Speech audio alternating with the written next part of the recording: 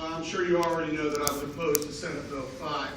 When you cut our local government funds by over 50% that help pay for these services, and you let it be stolen from us and let it be given to the governor for his budget, and my opponent voted for that budget, for every action, there's a reaction out there. Now, we could sit back and we could blame the teachers, the firefighters, the nurses, and the cops all we want. I've been involved in collective bargaining. There are two sides to collective bargaining. If Jay is government, and I'm the firefighters, Jay comes with me to what he wants. I go to him as the firefighters, tell him what I want, and we collectively bargain to get what we need and what we deserve. No party gets everything that they want. They work together. My idea is this: why hurt the workers? Because our elected officials have allowed them to have what they deem now as too much. Go after the elected officials. Go after those people that did it, because they're the ones that hurt us the most. It eliminates the voice of the workers. It eliminates the fact that the teachers, the firefighters, and the cops can tell us what they need to stay safe on the streets, what they need to keep us safe out there. There's more to just salaries to this story. Furthermore, it's nothing more than an introduction into the right to work, or as I like to call it, the right to work for less state. A nonpartisan study showed that over $1 million lost in wages under the right to work laws equals 6 lost jobs.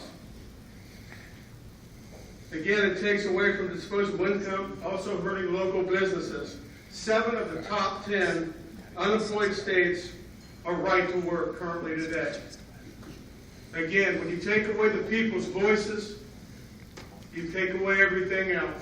When you take their wages away, there goes your income, because now they cannot spend money at places like Kohl's, Best Buy, Target, and things like that. The more we make, the more we spend.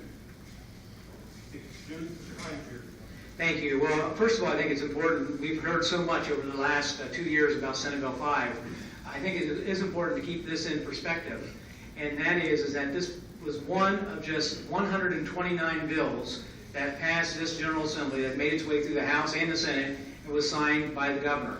129 bills. This was just one of those. And so we passed a number of reform measures.